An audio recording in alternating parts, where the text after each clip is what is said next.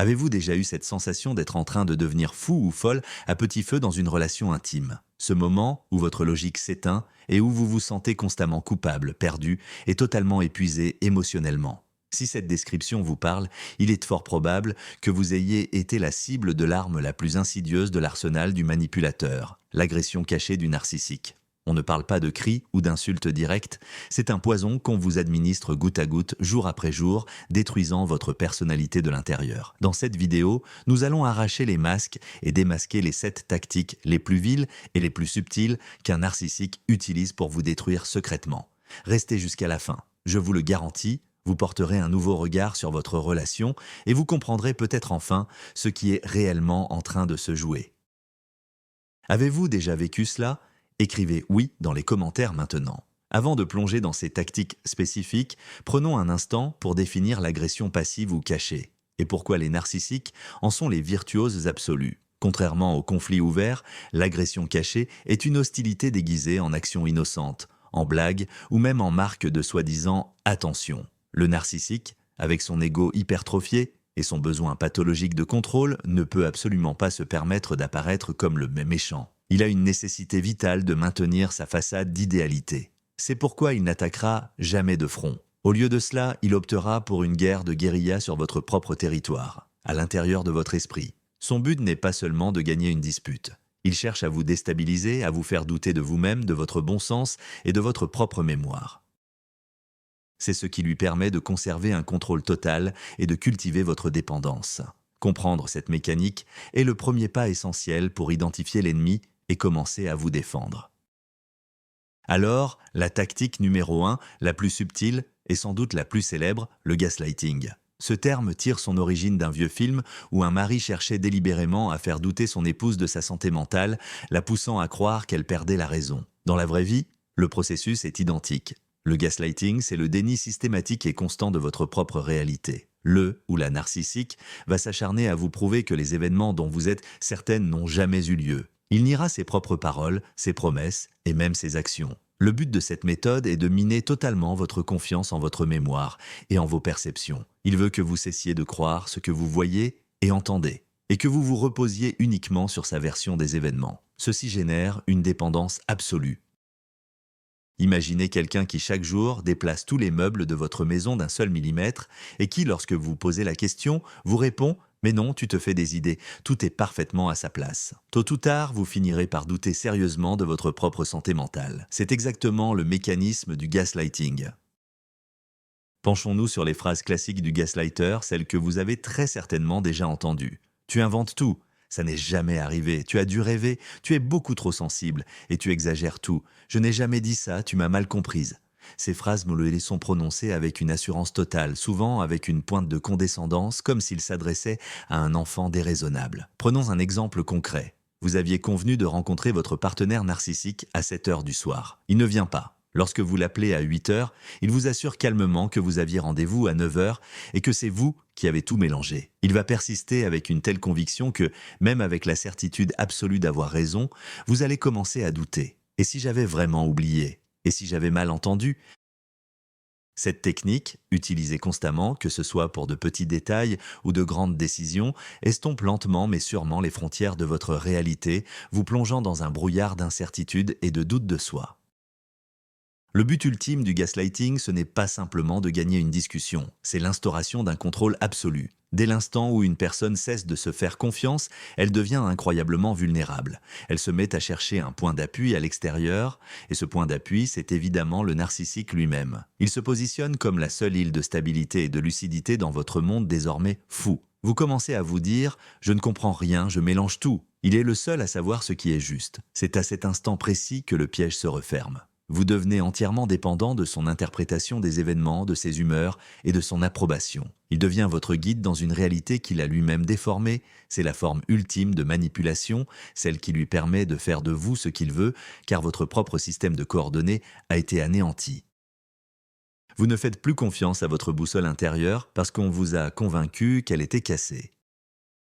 Passons maintenant à la projection, un stratagème particulièrement sournois dans l'arsenal du narcissique. En psychologie, c'est un mécanisme de défense. c'est quand une personne attribue à l'autre ses propres pensées, sentiments ou motivations qu'elle juge inacceptables. Mais entre les mains d'un narcissique, ce n'est plus une défense, c'est une arme d'attaque redoutable. Pour faire simple, le narcissique vous accuse précisément de ce dont il est lui-même coupable. Le but, se décharger de toute responsabilité et faire retomber le poids de la culpabilité sur vous. C'est comme s'il prenait toute sa crasse intérieure, tous ses vices, et qu'il les déversait sur vous. Pendant ce temps, il reste pur et immaculé à ses propres yeux, et surtout aux yeux de l'entourage. On peut visualiser ça comme un projecteur de cinéma. À l'intérieur du narcissique, c'est la bobine de ses propres défauts qui tourne. Mais sur l'écran, c'est-à-dire vous, il projette ce film pour tout le monde, y compris pour vous-même. Et vous finissez par croire que ce film parle de vous.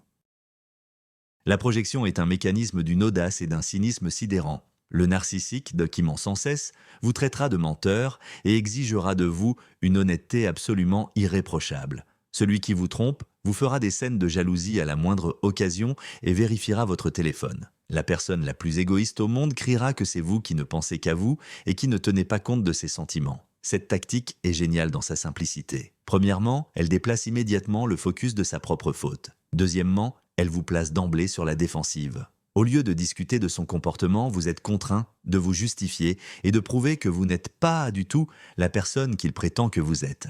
C'est incroyablement épuisant. Vous dépensez toute votre énergie à vous défendre contre de fausses accusations pendant que le vrai coupable observe calmement votre agonie. Il obtient ainsi sa dose de contrôle et de drame, des éléments dont il se nourrit avidement. L'impact psychologique de la projection est dévastateur. À force d'entendre ces accusations, vous finissez par y croire, défiant toute logique. Vous vous mettez à douter. Suis-je vraiment trop égoïste? Est-ce que je donne réellement des raisons de jalousie?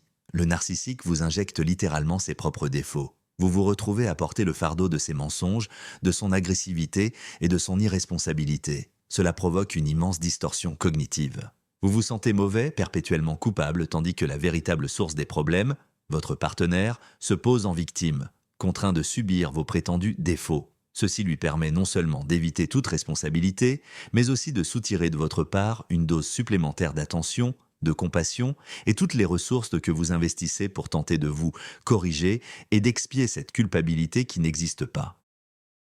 Passons maintenant à ce que le narcissique appelle son humour. La troisième technique qu'il utilise, c'est le sarcasme et les pics acérés, masqués sous le voile d'une blague inoffensive. C'est l'une des formes d'agression passive les plus sournoises, car elle offre au manipulateur la couverture parfaite. Si vous vous sentez offensé, il réplique immédiatement « Mais enfin, je plaisantais ». Tu ne supportes pas l'humour? Vraiment, tu n'as aucun sens de l'humour. Cette tirade invalide instantanément vos émotions et vous fait passer pour une personne rigide ou hypersensible qui ne sait pas prendre la vie avec légèreté. En réalité, ces blagues sont des pics chirurgicales minutieusement calibrées pour atteindre vos failles les plus profondes. Le narcissique connaît vos complexes et vos vulnérabilités sur le bout des doigts. Et c'est exactement là qu'il assène ses coups prétendument humoristiques.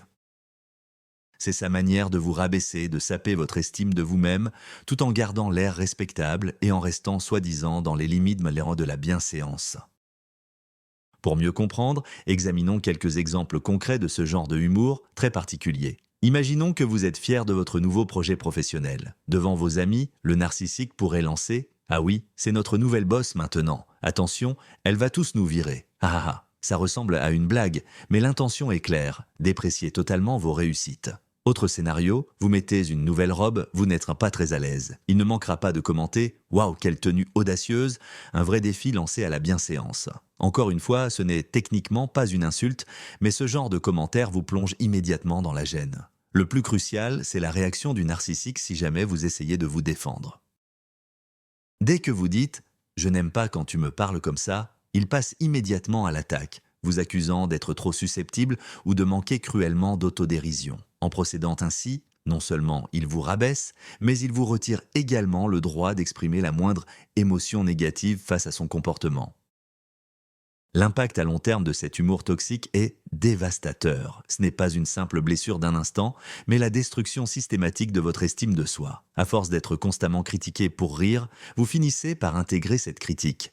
Vous cessez de faire confiance à votre jugement, à vos goûts, à vos propres capacités. Vous commencez à avoir peur de vous exprimer, de partager vos joies ou vos succès, car vous attendez inconsciemment la prochaine blague sarcastique qui viendra tout gâcher. votre vie se transforme en un véritable champ de mine, où le moindre de vos pas risque d'être tourné en ridicule. Vous devenez plus renfermé, anxieux et profondément incertain de vous-même. Le narcissique atteint son objectif. Il rabaisse votre valeur pour s'assurer de paraître encore plus grand et infaillible en comparaison. Il vous contrôle par la peur d'être ridiculisé. La quatrième tactique employée par le narcissique est ce que l'on appelle le traitement par le silence, un acte véritablement glaçant. Il est crucial de saisir que ce n'est pas un simple désir de prendre ses distances ou de faire une pause dans une altercation. C'est un acte de violence psychologique actif et prémédité. Lorsque le narcissique recourt au silence, il ne se contente pas d'arrêter de vous parler. Il fait comme si vous n'existiez pas. Il peut passer à côté de vous, regarder à travers vous, ignorer vos questions directes. Il vous exclut ostensiblement de son univers, vous plaçant dans un vide informationnel et émotionnel total. Pour l'être humain, animal social par excellence, un tel ostracisme constitue l'une des formes de punition les plus dures. C'est un outil de contrôle extrêmement puissant qui pousse la victime à se sentir insignifiante, coupable et totalement impuissante. Le narcissique le sait pertinemment et utilise ce silence pour vous remettre à votre place et vous contraindre à l'obéissance. Mais comment ce mécanisme fonctionne-t-il exactement? Quand le narcissique impose le silence, il ne donne aucune explication. Il vous abandonne, seul face à vos pensées et vos angoisses. Et immédiatement, vous commencez à analyser frénétiquement votre propre comportement. Qu'est-ce que j'ai pu faire de travers? Quel mot l'a blessé? Vous rejouez dans votre tête les derniers jours, les heures, les minutes, cherchant désespérément votre erreur. Ce processus est atrocement douloureux. Il engendre un sentiment de culpabilité et une anxiété écrasant. Vous êtes plongé dans une incertitude totale. Pendant ce temps, le narcissique savoure sa toute-puissance. Il voit votre souffrance, votre désarroi, et cela vient alimenter son ego. Il sait que plus ce silence dure, plus votre désespoir s'intensifie, et plus vous serez prête à faire des concessions pour mettre fin à cette torture. Il attend que vous soyez totalement brisé, que vous veniez ramper jusqu'à lui avec des excuses. Le traitement par le silence mène toujours à la même conclusion, la capitulation de la victime. Finalement, la tension devient insoutenable et vous faites exactement ce que le narcissique attendait. Vous allez le voir et vous vous mettez à vous excuser. Souvent, vous ignorez même la raison exacte de vos excuses, mais vous êtes bien prêt à reconnaître n'importe quelle faute, juste pour qu'il recommence à vous adresser la parole. Et à ce moment-là, il daignera peut-être vous pardonner généreusement. Ce cycle ancre dans votre esprit un schéma pervers. Son silence est votre punition et votre humiliation. Vos excuses sont la clé de sa rémission. Il vous dresse ainsi comme un animal, vous conditionnant à ce que toute expression de votre volonté ou de votre désaccord soit sanctionnée par une ignorance totale. Vous finissez par craindre d'exprimer votre opinion, de peur de provoquer à nouveau cette torture silencieuse. Passons au cinquième point, l'art de la dévalorisation et des insultes voilées, également connu sous le nom de compliment à double tranchant. Le narcissique ne peut tout simplement pas se réjouir pour vous ou vous admirer sincèrement. La moindre de vos réussites, la moindre de vos qualités est perçue comme une menace directe pour son ego. Par conséquent, son objectif est de minimiser votre importance, mais de le faire d'une manière qui ne lui permette pas d'être formellement accusé d'être impoli. C'est à cela que servent les compliments ambigus.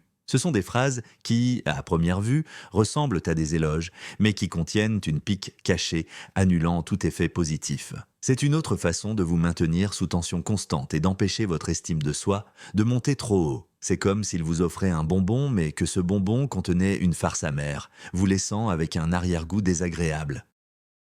Penchons-nous sur quelques exemples classiques de ce genre de compliments. Imaginez que vous annoncez avoir réussi un examen difficile. Le narcissique répond « Bravo, franchement, je ne m'attendais même pas à ce que tu y arrives ». La première partie est une louange, mais la seconde est une indication directe qu'il vous jugeait incapable d'y arriver au départ. Autre cas, vous avez perdu du poids et vous êtes fier de vos efforts. Il vous dira « Tu es magnifique, presque comme avant ». Non seulement ce compliment dévalorise vos efforts actuels, mais il insinue que vous êtes encore loin d'atteindre la perfection. D'autres variantes encore, cette robe te va à merveille, elle dissimule si bien tes défauts. Ou tes amis sont vraiment drôles, de sacrés simples d'esprit. Chaque phrase est une minuscule piqûre de poison. Vous avez l'impression d'avoir reçu un compliment, mais vous vous sentez étrangement pire, et non mieux. C'est précisément le but du manipulateur. L'objectif ultime de la dépréciation est simple, s'assurer le contrôle en maintenant votre estime de soi dans un état de fragilité constante. Le narcissique ne peut absolument pas tolérer que vous vous sentiez fort, confiant et autonome. Une personne dans cet état risquerait de le quitter. C'est pourquoi il passera son temps à vous couper les ailes. Il vous donne l'impression constante que vous n'êtes jamais à la hauteur. Vos succès, un simple coup de chance. Votre beauté, toujours sujette à réserve. Votre intelligence, questionnable. Vous êtes sans cesse dans une course-poursuite, tentant désespérément de mériter son approbation totale et inconditionnelle, une approbation qu'il ne vous donnera jamais. Car dès que vous atteindrez un objectif, il mettra immédiatement la barre plus haut, ou trouvera un nouveau défaut à critiquer. Cela vous pousse à redoubler d'efforts, à investir encore plus d'énergie et de ressources dans la relation. Tout ça pour obtenir la validation de la personne même qui est en train de vous détruire méthodiquement. La sixième manœuvre est le grand art de jouer les martyrs. Les narcissiques sont des acteurs brillants, et leur rôle de prédilection est celui du souffre-douleur, du martyr innocent. Ils possèdent une capacité stupéfiante à retourner n'importe quelle situation pour qu'au final, ils se retrouvent la victime des circonstances et vous, l'agresseur insensible. Cette technique est employée pour échapper à toute responsabilité pour leurs actions et, surtout, pour vous plonger dans un profond sentiment de culpabilité. Quand vous essayez de demander des comptes au narcissique pour ses paroles ou ses actes, il ne se défendra ni ne débattra du fond du problème. Au lieu de cela, il va jouer sur la corde sensible, expliquant à quel point il souffre, à quel point personne ne le comprend et comment votre comportement lui inflige une douleur supplémentaire. C'est une manipulation redoutablement efficace car elle fait directement appel à votre empathie et à votre compassion. Imaginez une situation classique. Le narcissique a fait quelque chose qui vous a profondément blessé. Vous prenez votre courage à deux mains pour en parler calmement et de manière constructive. Vous entamez la conversation par « J'ai été très blessé quand tu… » Mais vous n'avez pas le temps de finir votre phrase. Le narcissique vous coupe immédiatement, affichant un air tragique. « Encore une fois, tu m'accuses. Je me donne tellement de mal pour nous, je me tue à la tâche et tu ne vois que le négatif. Après tout ce que j'ai fait pour toi, tu oses me faire des reproches. » Et c'est tout. Le scénario a complètement basculé. En l'espace de quelques secondes, vous êtes passé de la personne dont les limites ont été bafouées au tyran ingrat qui maltraite une pauvre victime. Le projecteur s'est déplacé de son erreur vers sa souffrance prétendue. Désormais, ce n'est plus à lui de s'excuser. C'est à vous de le consoler et de le rassurer de votre amour.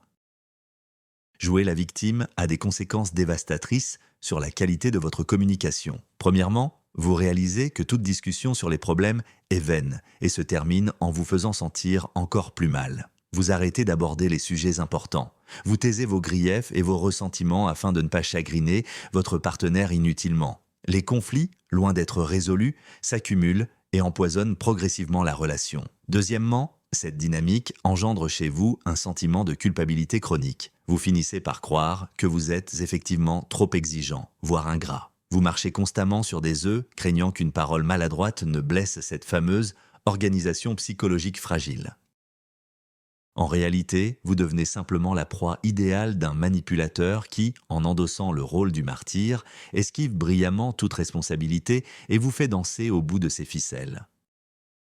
Et enfin, la septième stratégie qu'utilise le narcissique pour fuir ses responsabilités est l'esquive, le changement de sujet et ce que l'on nomme le fameux whataboutisme. Cette technique s'active dès l'instant où vous le coincez avec des faits irréfutables, quand le gaslighting ne fonctionne plus et que vous refusez de tomber dans le piège de sa victimisation. C'est à ce moment précis qu'il met en place la tactique du rideau de fumée. Au lieu de répondre directement à votre question ou d'admettre sa faute, il va changer brutalement de sujet ou vous renvoyer la balle en vous ressortant une vieille erreur que vous avez commise autrefois. Son objectif est de vous déstabiliser, de vous embrouiller et d'éloigner la discussion le plus loin possible du sujet inconfortable. Il génère un tel chaos que la conversation initiale se noie complètement.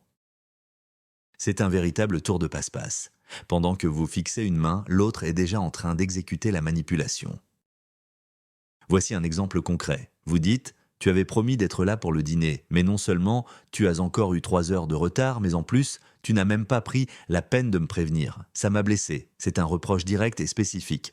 Le narcissique ne va absolument pas s'engager dans cette discussion. Sa réponse sera du genre « Ah oui ? Et tu te souviens la semaine dernière quand tu as acheté le mauvais yaourt ? Le yaourt que je déteste, ça, c'est un vrai problème. Ou alors, parlons de ta mère qui se mêle constamment de nos affaires. » Vous voyez, votre reproche est complètement ignoré. Au lieu de ça, il vous renvoie des accusations qui n'ont absolument rien à voir avec le sujet initial. Vous vous retrouvez piégé dans une nouvelle dispute, vous commencez à vous justifier. Et 10 minutes plus tard, vous avez vous-même oublié d'où est partie la conversation. Le narcissique a gagné, une fois de plus. Il n'a pas reconnu sa faute, il ne s'est pas excusé. Et pire, il vous a fait sentir coupable pour des choses qui n'avaient absolument rien à voir. Nous avons donc décortiqué 7 tactiques sournoises d'agression narcissique dissimulée. Le gaslighting, qui vous fait douter de votre propre perception de la réalité, la projection, où il vous accuse de ses propres fautes, les hauts blagues, acerbes, qui sapinent votre estime, le traitement du silence, une véritable torture psychologique, la dévalorisation couplée aux compliments à double tranchant, le jeu de la victime pour vous faire culpabiliser, et enfin l'évitement total de la réponse. Si vous reconnaissez vos relations dans cette description, sachez une chose, le problème, ce n'est pas vous. Vous n'êtes pas trop sensible, vous n'êtes pas en train d'inventer des histoires, et vous n'êtes surtout pas responsable de ce qui se passe. Vous êtes face à une forme de violence psychologique raffinée et intentionnelle, dont le seul but est de vous assujettir et de prendre le contrôle de votre vie. Le premier et le plus crucial pas vers la guérison est d'accepter et de reconnaître ce qui est réellement en train de se jouer. Merci d'avoir regardé cette vidéo jusqu'au bout. Si ce contenu vous a été utile ou s'il vous a ouvert les yeux sur un point crucial, n'hésitez pas à laisser un j'aime et à vous abonner à la chaîne pour ne manquer aucune de nos prochaines analyses. Votre soutien nous est essentiel pour continuer à produire ce type de contenu. Et maintenant, une question pour vous. Quelles sont les tactiques que vous avez personnellement rencontrées? Ou peut-être en connaissez-vous d'autres que je n'ai pas mentionnées? Partagez votre histoire dans les commentaires. Votre expérience pourrait aider quelqu'un d'autre à comprendre qu'il n'est pas seul.